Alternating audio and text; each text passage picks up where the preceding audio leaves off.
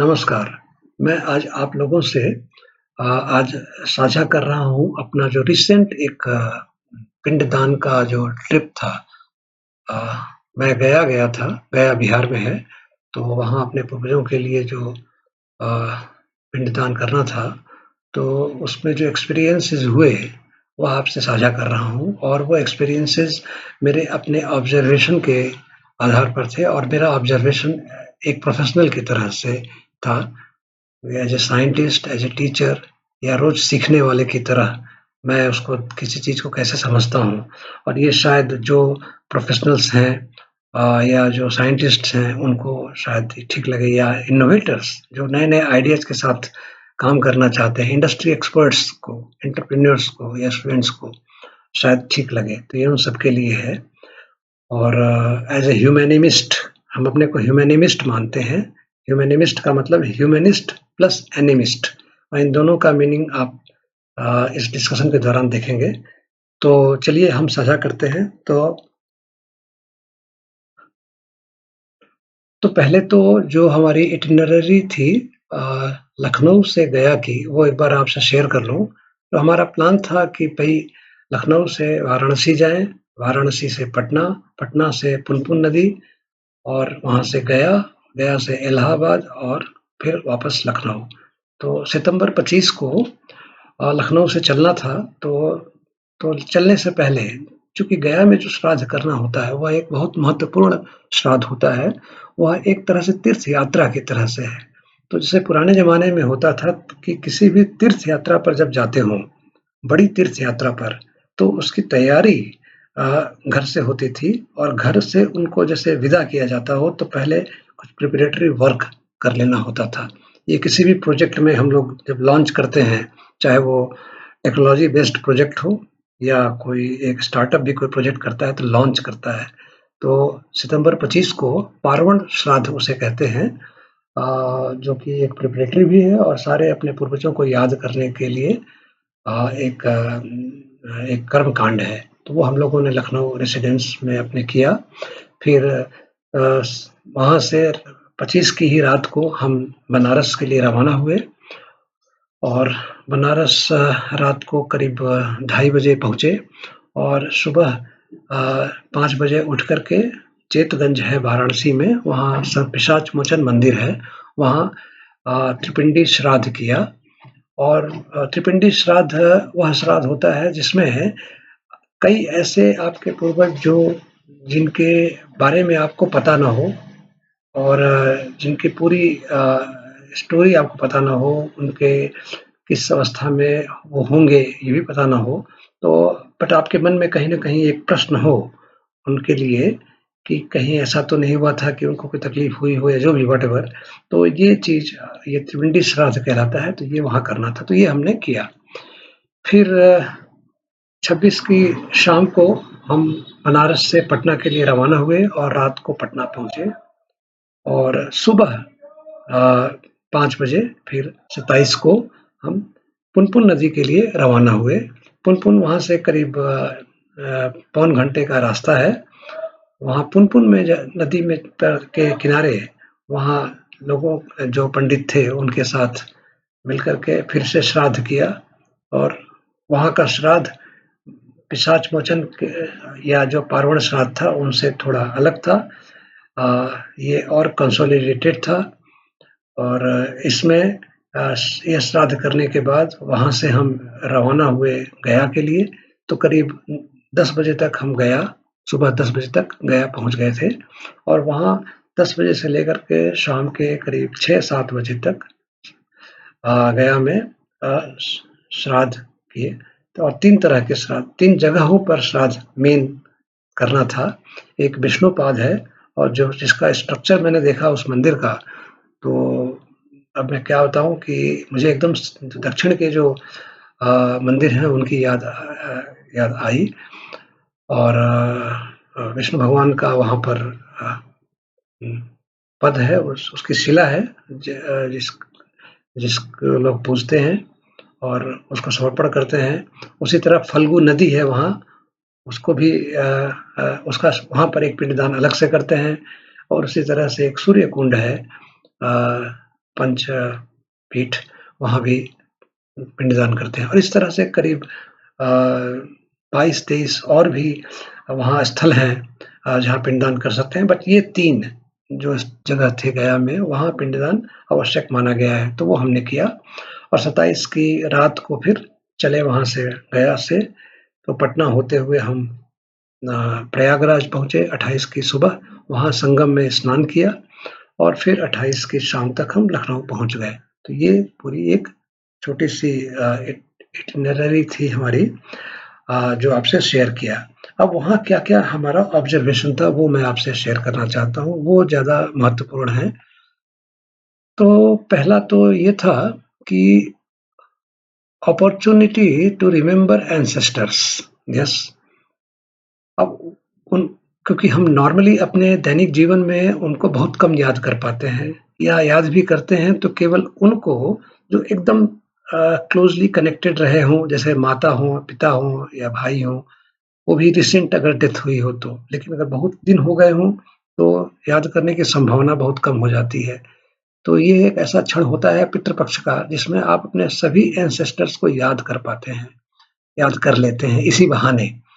तो अब हम लोग अगर भावनाशील व्यक्ति हैं तो और भी सैटिस्फाइंग हो जाता है, और याद करने से हमें कम से कम ये लगता है कि हमने उनको याद किया, उनको उनको प्रसन्न करने की कोशिश की। वो हों ना हों, कहाँ हैं, वह मतलब नहीं है। बट हम अगर संतुष्ट हुए तो उससे हमारा काम आसान हुआ, हमारे जीने के तरीके में थोड़ी अ, अच्छाई आई, ऐसा महसूस होता है।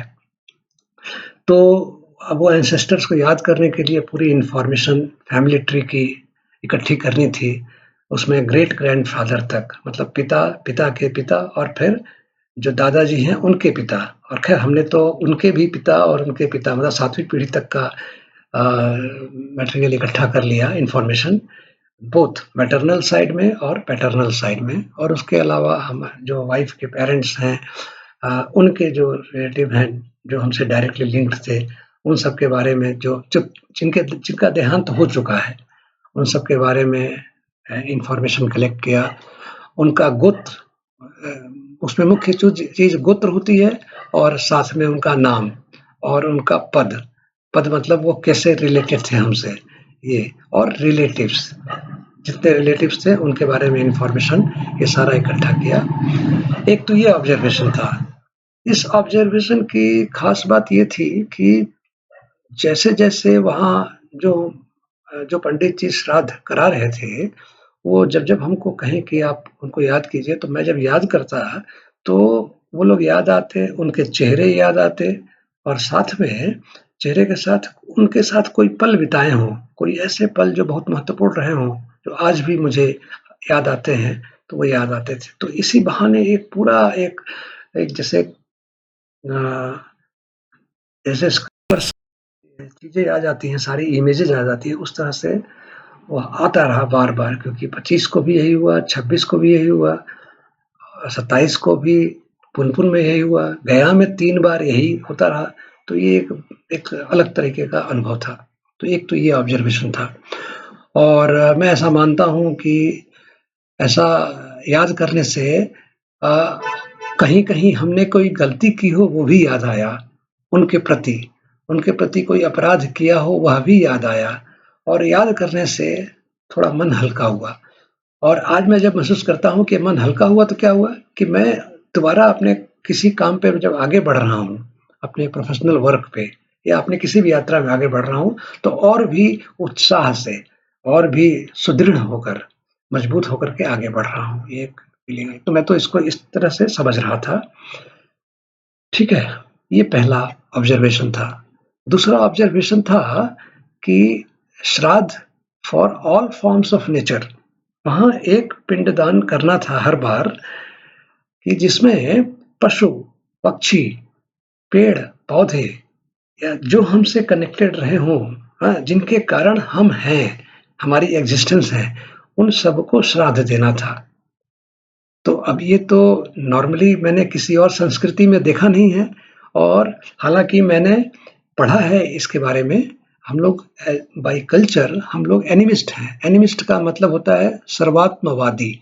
सर्वात्मवादी का मतलब कि हम सभी में आत्मा देखते हैं, मतलब सभी हमसे कनेक्टेड हैं, और जब हमसे सब कनेक्टेड हैं तो हम उनसे उनको धन्यवाद देते हैं, उनकी पूजा करते हैं। तो आप पाएँगे कि हमारी भारतीय संस्कृति में, और अदर मैं कहूँगा एशियन कल्चर में है ये काफ़ी कुछ, कि अ, पेड़ की पूजा, पशुओं की किसी न किसी रूप में पशुओं की पूजा, या उनको कहें धन्यवाद देने की प्रथा।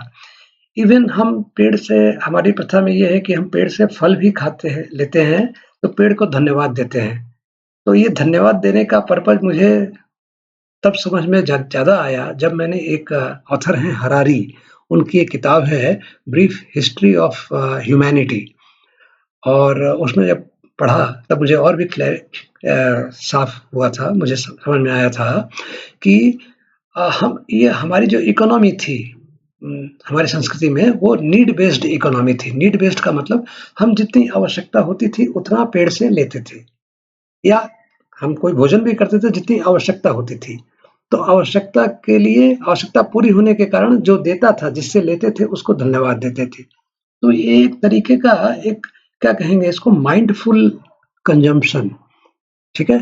हाँ? कॉन्शियस कंजम्पशन, जिसकी आज बहुत ज़रूरत मुझे महसूस हो रही है हमारी इकोनॉमी में या हमारे वर्ल्ड में, क्योंकि इससे रिलेटेड है एनवायरनमेंट का सुदृढ़ होना, पृथ्वी का जीवित अपने रूप में, स्वस्थ रूप में जीवित रहना, इससे रिलेटेड है। तो ये श्राद्ध जब किया मैंने, तो मुझे एकदम ये लगा कि ये तो भाई श्राद्ध रोज़-रोज़ करने की ज़रूरत है, एटलीस्ट प्रकृति के उन सभी कंपोनेंट्स की, कि जिनसे हमको कुछ मिल रहा है, हमको जीवन मिल रहा है। तो ख़ैर, ये दूसरा ऑब्जर्वेशन था। तीसरा ऑब्जर्वेशन था, ये जो सनातनी हैं, हम लोग सनातन धर्म के हैं, सनातन का मतलब पूरा जो सबके लिए हो। तो ख़ैर, हमारी संस्कृति में यह माना गया है कि हम सबका कोई न कोई गोत्र होता है। हम सब ही किसी न किसी ऋषि के संतान हैं, ठीक है? और फिर उनकी पीढ़ी दर पीढ़ी, पीढ़ी होते हम तक आई है। तो वो, तो हम सबका एक गोत्र है उन ऋषि के नाम पर।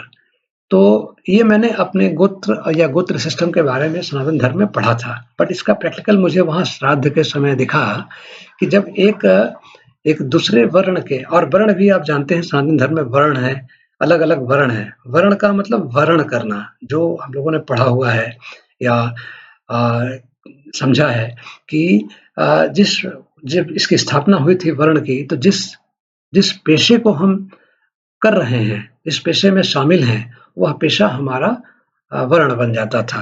मतलब जो ज्ञान दे या पठन-पाठन का काम करे वह ब्राह्मण था, जो रक्षा करे देश की या समाज की, और कहीं आक्रमणों से जिसका दायित्व था वह क्षत्रिय था, जो जो जो वैश्य था वह पूरे व्यापार का जो काम करे, क्योंकि सप्लाई चेन को जो मैनेज करे वह वैश्य था, और शूद्र वहाँ तात्पर्य था कि जो पूरी जो सफाई है, क्योंकि वह सफाई आवश्यक है हमारे जीवन के लिए, तो वह शूद्र था। लेकिन कहीं-कहीं जैसे किसी भी काम में प्रोसेस जब बहुत दिन हो जाते हैं तो कुछ गलतियाँ नज़र आने लगती हैं, तो वो गलतियाँ होती गईं, तो बाद में ये व्यवस्था बन गई कि जो ब्राह्मण है वो ब्राह्मण ही रहे, जो क्षत्रिय है वो क्षत्रिय रहे। तो वो ख़ैर उसके बारे में विषय में मैं बात नहीं करने जा रहा हूँ, वो एक अलग विषय है।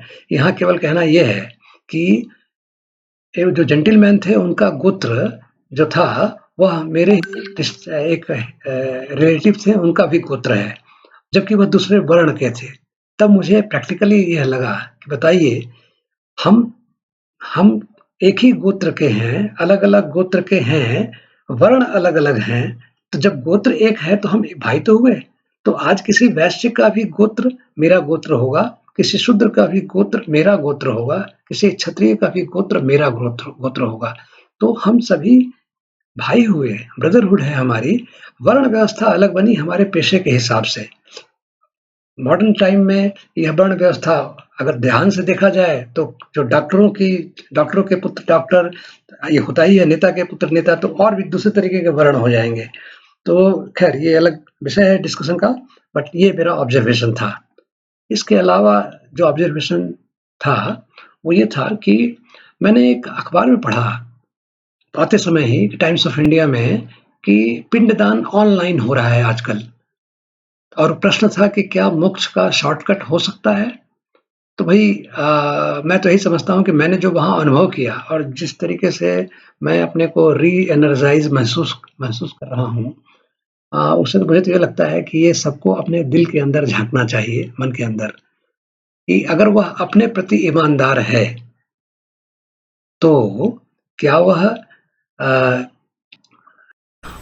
करना चाहेगा? ऑनलाइन सुविधाएँ लेना अलग बात है कि टिकट कटा लेना या होटल रिज़र्वेशन करना, बट किसी से करवा लेना श्राद्ध, फिर तो वो अपने प्रति ईमानदारी नहीं हुई। तो दैट अगर अपने प्रति ईमानदारी नहीं है, तो मैं ये निश्चय ही कह सकता हूँ कि वह व्यक्ति एक प्रोफ़ेशनल नहीं है।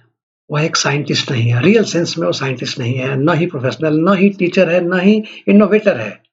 वह केवल दिखावा कर रहा है। अंदर से वो प्रोफ़ेशनल नहीं है, क्योंकि अंदर से अगर प्रोफ़ेशनल होगा, अंदर से वह कर्मयोगी अगर होगा, तो वह अगर अपने पूर्वजों को याद कर रहा है, तो याद किसी से करवाएगा नहीं, वह खुद याद करेगा, खुद जिएगा उसको। सो ये मेरा ऑब्जर्वेशन था। दूसरा ऑब्जर्वेशन था कि क्या यह कॉस्टली अफेयर है, यह यात्रा? तो हाँ, देखिए टिकट का खर्च का तो यात्रा कॉस्टली अफेयर है, बट उसके अलावा कोई बड़ा खर्च नहीं है और कोई भी गरीब व्यक्ति कर सकता है? हाँ, कर सकता है। लेकिन एक शर्त है कि वह पढ़े इसको। अगर समझ के करेगा, तो वह इस अपने को संतुष्ट कर पाएगा। दूसरा, किसी अमीर की देखा-देखी ना करें। वहाँ मैंने कई ऐसे गरीब व्यक्ति देखे, जो बहुत छोटे तरीके से कर रहे थे, लेकिन कर रहे थे और वह पूरी श्रद्धा से कर रहे थे। वह उससे भी बड़ी श्रद्धा से कर रहे थे, जो आजकल का मिडल क्लास हाँ जिस तरीके से करता है, उससे बेटर तरीके से कर रहे थे। अच्छा, एक और ऑब्जर्वेशन था मेरा कि वहाँ भी एक मठाधीश की व्यवस्था मुझे कहीं-कहीं दिखी। एक बड़े पंडित थे, फिर वो काम छोटे पंडित को देते थे, फिर छोटे पंडित हम लोगों के साथ जाकर के श्राद्ध कराते थे। तो वो छोटे पंडित जो थे, उनकी इनकम कुछ कम होती थी। तो मुझे यहाँ पर ध्यान आया ओला और उबर का एक सिस्टम कि अगर कोई इनोवेटर या कोई स्टार्टअप क्रिएट कर सके कि जो टूरिस्ट्स हैं, जो श्राद्ध करना चाहते हैं, उनका और जो पंडित हैं, उन दोनों को एक प्लेटफ़ॉर्म पर लेकर के, उनकी रेटिंग करके उनको जोड़ सके, जिससे कि जो रियल श्राद्ध कर रहे हैं, जो पंडित, उनसे कॉन्टैक्ट हो सके, ठीक है? और फिर आप अपना काम आसानी से कर पाएँगे। उनको भी संतोष होगा उन पंडित को, उनकी कमाई भी अच्छी हो पाएगी। तो ये एक ऑब्ज़र्वेशन मुझे दिखा। एक और ऑब्ज़र्वेशन था कि चूँकि मैं प्रोफ़ेशनल था, तो मैं एक फ़िलॉसफ़र के रूप में ज़्यादा गया था।